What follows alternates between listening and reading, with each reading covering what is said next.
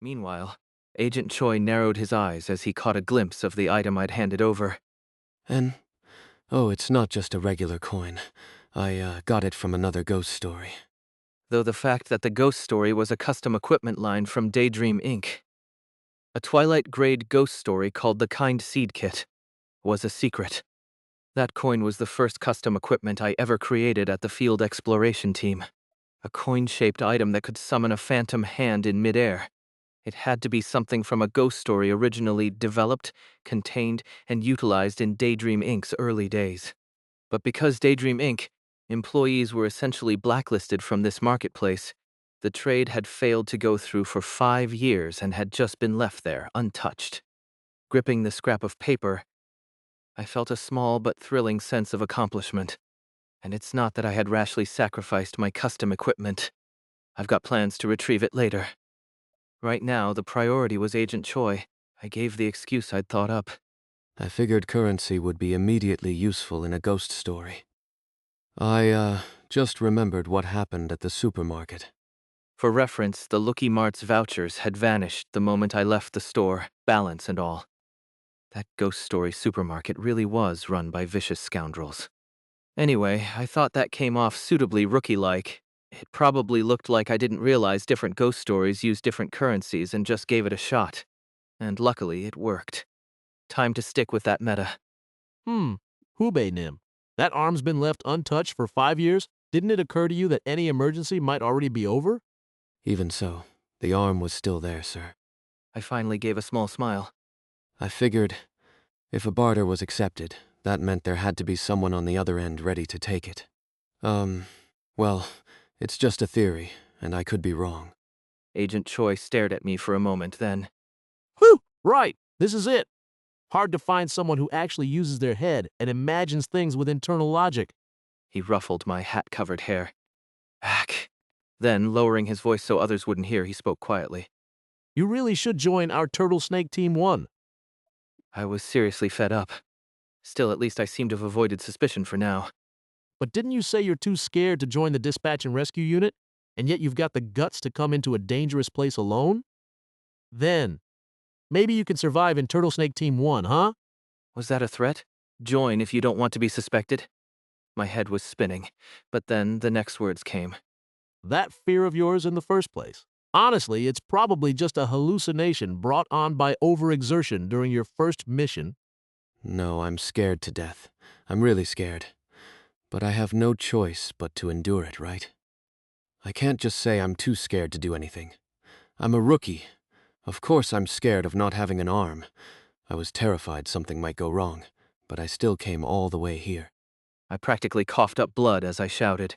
It was partly intentional, but as the resentment that had built up from working at a certain insane ghost story pharmaceutical company burst out, I genuinely felt wronged. Agent Choi was staring at me, mouth open. All right. Hubei Nim, congrats on your first trade, and, write the note. Gotta check the note, right? How about it? I took a deep breath. Still, I couldn't remember the last time I'd been in a situation where I could speak this honestly. In that sense, it felt a little refreshing. Surely, even after all that, he wouldn't try to drag me into the dispatch and rescue unit. Please. I apologize for yelling, sir. Hey, don't worry. You're not the only one doing crazy stuff around here. Think of it as a good 3-second spotlight. So I looked that unhinged, huh? Good to know. It's been a long time since I shouted like that. Hey, Goo, guess your place doesn't have good soundproofing, huh? No, I don't have a place to go home to right now. I'd like to have one, though. I finally calmed my breathing and opened the note in my hand. Feels like Agent Choi suddenly went quiet. Still, since he wasn't provoking me anymore, it was better this way. I turned my attention back to the note. The blood-soaked scrap of paper I carefully unfolded with one hand had dried letters written in smeared blood. That which responds to empathy and attention. The dried, crusted blood that stained the entire page had caused the letters themselves to blur and run. It looked like a prop straight out of a horror movie. I wanted to throw it away right then, but Agent Choi casually took the note from my hand. I didn't stop him on purpose. Agent Choi began inspecting it using something like a strange form of dowsing. That was a Disaster Management Bureau-issued tool, too. a curved stick made of glass and brass. When placed over a substance derived from a ghost story or a medium that triggers a paranormal phenomenon, it spins in place. But the rod showed no reaction at all to the note I'd just bought. No mysterious response. Just an ordinary note. The message, though. Looks like it's meant to lure people in through a ghost story, huh? That could be the case. Still, I took the note back from Agent Choi and held onto it. Oh, you're keeping it? I lowered my head, slightly embarrassed. There might really be a hidden distress call in it somewhere. I figured I'd at least take it and check it out myself. Agent Choi didn't ask why I wasn't reporting it to my superiors either.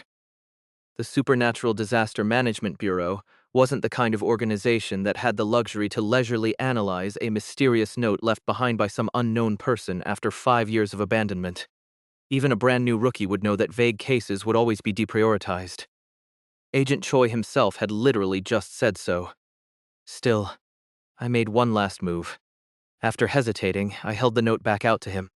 Sunbae Nim, if you happen to have time later, would you mind checking it just one more time? Truth was, as long as I memorized the contents, the note itself wasn't essential. And because of its nature, there was no issue in trusting it to a bureau agent capable of identifying ghost stories. Sure. I'll take another look. Thank you, sir. I handed it over without hesitation. Hopefully, this would move me further out of the circle of suspicion. After that, the atmosphere between us softened a bit. Under Agent Choi's watch, I barely managed to acquire one of the items I'd wanted to buy. Not just because of the surveillance. Choosing the item itself was hard, too. Most of what you could get here came from standard ghost story settings, which meant these weren't items refined by a major corporation or filtered for customer safety by aliens. They come with horrific side effects. That was the premise. They weren't objects made for humans to use conveniently in the first place. And plenty of the sellers weren't in their right mind either, so the things they offered often weren't sane. Either. What was surprising was that Agent Choi wasn't just supervising. He genuinely tried to help me. This place is exactly like Hanyang. The kind where you get robbed in broad daylight, you know? If you watch how your Sunbae Nim does it and follow along. Didn't always work, of course. Someone already bought it. No worries. The next one's good, too. Onward to the next arm. Still, true to his veteran status, he knew the origin or specific side effects of items I didn't, and helped me make careful purchases. Yeah, that was all great, but he made me buy something he knew. In the end, he guided my actions under his control. Whether that was a strong sign of suspicion or genuine concern, even I, who'd tracked Agent Choi's entire history, couldn't tell. Honestly, though, I was pretty much playing into it since I'd wanted that item anyway. The scary part was that, even if he hadn't guided me, I probably would have ended up buying it while crying inside. I touched the item in my pocket and let out a sigh. Agent Choi stayed with me until right before his time limit ran out, and even saw me off afterward, waving the piece of paper I'd bought as he did. Then, I'll take another look at this note and return it to you later, okay? Honestly, there was no need for him to return it. I'd already memorized it. And there wasn't even a point in him checking it either. That note wasn't related to any ghost story to begin with. A psychological trap. Because it was a marketplace frequented by ghost story-related figures, of course you'd assume any message was ghost-related. Let's go back to that note again. The here that was mentioned referred to an actual location in the real world. In other words, a location. The grammar was strange, the phrasing unnatural. It had clearly been forced together. So let's break it apart. What's left would be, and if you have 3 words and a location, it's the perfect hint for deduction. Like the address system, what 3 words, which expresses a 3MX3M location with 3 words. If I plug those words into a search, immediately a small location in the old city center of Seoul comes up, and I'm standing there now. The word coordinates pointed to a location that slightly veered off from the building itself, spot tucked awkwardly between a cluster of small commercial buildings. And what there was. More precisely, an old manhole cover propped up next to the wall of a vacant unit, as if someone had just leaned it there, as if to hint at something. I pushed the manhole cover. Surprisingly, it moved more easily than expected, and behind it, a stairwell leading down to a semi-basement. Why did the hand without a pinky finger lead me here? And why did it only accept items from the early days of Daydream Inc. as payment? Because it was connected to Daydream Inc. I descended all the way down the stairs and looked up. Dream Incubation Room. Daydream Inc.'s Dream Essence Synthesizer. The prototype laboratory, built long ago, now stood revealed before my eyes. A pharmaceutical company known for the improbable achievement of mass-producing potions with wish-granting properties. The raw materials consist of ghost stories. That was all they had to say when the company was first introduced. Because there were no detailed explanations, it sparked more imagination. The bizarre technology, the mystique, the cruelty, the blanks, all of it felt chilling. But as the wiki grew, so did the breadcrumbs. Backstories started getting attached. Of course, even Daydream Inc. couldn't have just fallen out of the sky with perfect, unknown pharmaceutical tech. Even if it seemed that way on the surface, digging deeper should allow you to deduce its origins and history, because that's what made it exciting and fun. What even is Daydream Inc.? And the place I had just visited was evidence for conspiracy theory number 2. Conspiracy theory number 2. Daydream Inc. was not originally a pharmaceutical company. The original source of Daydream Inc.'s pharmaceutical technology. I swallowed hard and began to look around the dream incubation room. The dust-covered lab looked like a disused school science room, or a decrepit lab abandoned after the end of the world. Everything looked dead. Work tables and experimental equipment, beakers and cabinets filled with unidentified liquids, and a massive device at the center. The lights were off, and beneath an empty glass tube sat a button panel, and keyboard was an old-style experimental machine straight out of the 2000s. And beside it was an experimental logbook. It was the same one mentioned in the exploration records. I opened the worn pages and began to read it. All the clean handwriting that must have once filled the log had been deliberately and thoroughly obliterated. Filth, blood, ink, and pencil markings covered every surface, drenched in cramped scribbles of madness and screams. I dropped the logbook like I was throwing it away and gasped for breath. I thought I could handle it. You'd think that I would at least try to restore the text buried below, but I gave up right away. And it wasn't because this was some plot device, like in the where information would be blocked purposefully to build suspense. It's just that I physically could not. It was simply unbearable. These were the responses provided by an employee who, by sheer accident, succeeded in conducting trades in the faceless market, an underground exchange located within a manhole, without disclosing his employment status during the company's internal interrogation. Oh, assistant manager something. Yes! I was the one who discovered it. The machine looked old, but it still seemed to function properly. There also seemed to have been classified documents on dream essence potions and a few certain darknesses. I was afraid it might fall into outsider hands, so I quickly... Pardon? Assistant manager something. You're saying that facility doesn't belong to our company? Wait, so it wasn't contaminated by a darkness, but it's because the company. W8, why are you pointing that at M? That record ended with the company successfully cleaning up the anonymous employee. A chill crawled down my spine. Something ominous was hanging in the silence of the lab. I wanted to turn around and run out of there right away. Time to move to the next step. Gritting my teeth, I looked behind the machine.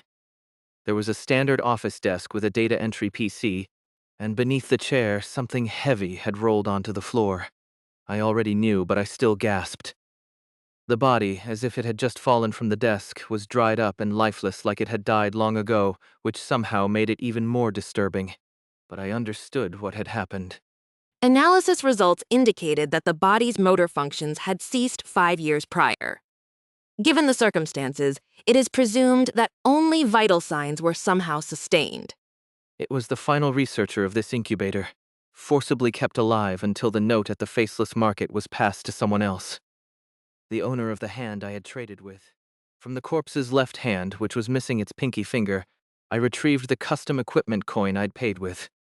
Then, I carefully picked up the card key hanging around its neck. Can't let them find out. Scrawled in ruined ballpoint ink above the smudged-out name was that phrase. But I could still make out the first syllables of the name. Something flashed through my mind reflexively, but I pushed it down, for now. But who knows what might jump out. Even just the lab journal from earlier had given me a weird feeling. For now, I'll only touch what's already been verified. I returned to the central device labeled Dream Incubator. While there were no detailed operation logs in the machine, it had clearly stated, Though it looks like an old prototype, it appears to be in proper working condition. all that remained was to piece together what was needed. First, I picked up the card key I had retrieved from the dead researcher. Then, feeling along the surface of the Dream Incubator, I found a slot located on the outer front panel. I inserted the card key into the slot. The machine lit up with red and blue lights, a huge experimental device glowing as if it were the only living thing in this decrepit old lab. And then, the glass tube mounted at the top. Is something inside? There seemed to be some kind of round object set at the center of the glass chamber. That might be the core component. In any case, the Dream Incubator had successfully reactivated, along with a number displayed on a small panel next to the glass tube. Time for the next step. I opened a valve at the end of a small pipe connected to the side of the glass tube. Inside, there was an oddly shaped recess. I reached into my coat and pulled out the item I had prepared, something I'd held onto ever since pulling it from a merch box, never able to use it no matter the situation. It was said to lose its effectiveness if exposed to air due to oxidation, so I hadn't even dared to touch it. Dream Essence, A grade or higher. A shimmering golden potion, like a hologram, contained within a Dream Essence collector designed for Daydream Inc.'s elite teams. I could finally use what I had charged up during my escape from Braun's late-night talk show. I fit the sharp end of the collector into the recess on the end of the pipe. It clicked in perfectly, almost like a lie, and then the essence began to flow in. The dazzling, prismatic fluid filled the pipe and began to pour into the transparent glass chamber. It was almost overwhelming to look at. Was it really that much? From what I remembered, it had only been stored in a palm-sized cylinder, yet somehow it filled a quarter of the chamber with a soft swish. As the golden glow filled the glass, the object inside briefly revealed its silhouette. Something scarlet, the size of 5 chicken eggs. It seemed to pulse, and inside a strange form flickered for a moment. But then it was completely submerged in the luminous liquid, vanishing from view. The number on the panel increased. Accompanied by the hum of machinery, the number rapidly climbed. I've charged the Dream Essence into the machine. The number, oddly reminiscent of welfare points, made me wonder. Could Daydream Inc.'s entire point system have originated from this? Not that it mattered now. What mattered was that everything had gone exactly as I'd planned. All that was left was to use it. I turned my attention to the buttons below the panel. Out of the dozens available, only these few were properly lit. Maybe I don't have enough materials? Or maybe it was a limitation of the machine itself, I couldn't be sure. Either way, I thought carefully and clicked the one that seemed the safest and most useful. The observant emoji with a silly face. The number decreased, and the machine activated. With a motor-like sound, the liquid inside the glass chamber was sucked downward. The vibrations of the machine made my whole body tremble slightly, and then the lower section of the machine opened, and a cylindrical, transparent glass bottle emerged. I picked it up with a trembling hand. A bright purple liquid, shimmering with an eerie radiance, swirled inside the bottle. Detective Syrup for Kids. And just from the emoji and name, I could guess Daydream Inc.'s detection potion. Judging from the color, it looked to be at least C grade. The name was different, but I was sure the effect would be similar. But what made it even more interesting was this. This potion was discontinued. It was a potion no longer produced by Daydream Inc. Naturally, that meant it was also unavailable for purchase through the Employee Welfare Mall. At this point, it might very well be an item that can only be obtained through this prototype device. I definitely charged over 150,000 points into it. Since this potion had consumed 10,000 points, I could try pressing all the remaining emoji buttons. All right, then next The panel's display changed, and the entire lighting of the Dream Incubator dimmed, as if entering a power-saving mode. A cooldown countdown? Usable once per week. A limitation befitting a prototype. Honestly, it was a relief. If I'd gotten too excited and started pressing buttons at random, I might have wasted all that precious Dream Essence I'd just charged. Let's think it through a bit more. I decided to examine the powered-down machine more closely. Outwardly, it was a dull, ordinary hunk of metal, so I focused on the user interface instead, especially the buttons. Each of these must correspond to a potion. I looked through the emojis: a mask, a demon, a thermometer, money, and other various icons. I could guess how these would match specific daydreaming potions. Except for one thing. I don't see one that looks like a wish ticket. The emoji resembling the quintessential potion, the one considered the very core of Daydream Inc., was nowhere to be found. I noticed a strange trace at the very bottom. It looked like the space where a button used to be had been forcibly gouged out. Can't say for sure. The ghost story setting wasn't forgiving enough to go poking around based on hopeful speculation. Maybe another employee could figure something out. If I brought someone who'd been at the company longer than me, I might be able to safely uncover more hints here. Of course, sharing unnecessary secrets might put both of us in danger. Still, there might be someone who wouldn't care about that. I thought about a few candidates, then stopped myself. Now that I'd taken on the role of a corporate spy, that kind of move was out of the question. And in any case, by the time this whole spy job was over, I'd already have the wish ticket in hand. For now, I could be satisfied with the fact that I'd secured a personal use for the dream essence. I packed the detective syrup for kids and stepped outside. The yield was big, so I didn't feel too bad. But as I looked back at the manhole cover, I started to feel a bit uneasy. Agent Choi had taken the note. Could he deduce the location like I did and show up? Or maybe he was already tracking my movements. But there was no way to trace which manhole I'd exited from. And even if he had the note, it would be hard to break the code while stuck in the mindset of this is obviously ghost story related. Even in the something unknown, it took a former Daydream Inc. employee 3 months to crack the cipher after obtaining it. And that was purely by chance. If your thought process is stuck in this must be ghost-related, then, yeah, it's inevitable. Still, just in case, I decided to take a temporary precaution. I think this'll do. After taking a 3,000-point potion I'd purchased from the welfare mall, I closed the manhole cover. Secret potion. The first door you close after taking this potion can only be opened by someone to whom you personally disclose the door's location. I think it was also called the secret potion. It vaguely reminded me of something Director Ho had done, which annoyed me a little. But the relief outweighed the discomfort. There weren't any ridiculous world-building elements like Daydream Inc. tracks all potion usage locations, so this was enough to feel moderately safe. Now all that was left was to return to the bureau and enter another ghost story, huh?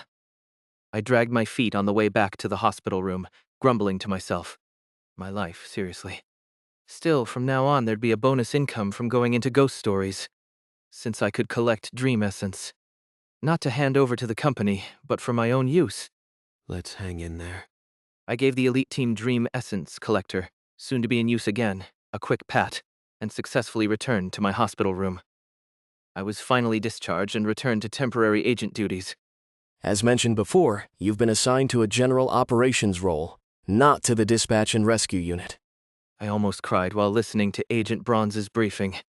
This time, the work won't be as dangerous. Civilian rescues are already completed, and you'll just be wrapping things up on site. Everything was beautiful. Yeah, people need to do some low-stress jobs from time to time. For this assignment, all you need to do is drive at 2 a.m. with a ghost in the passenger seat.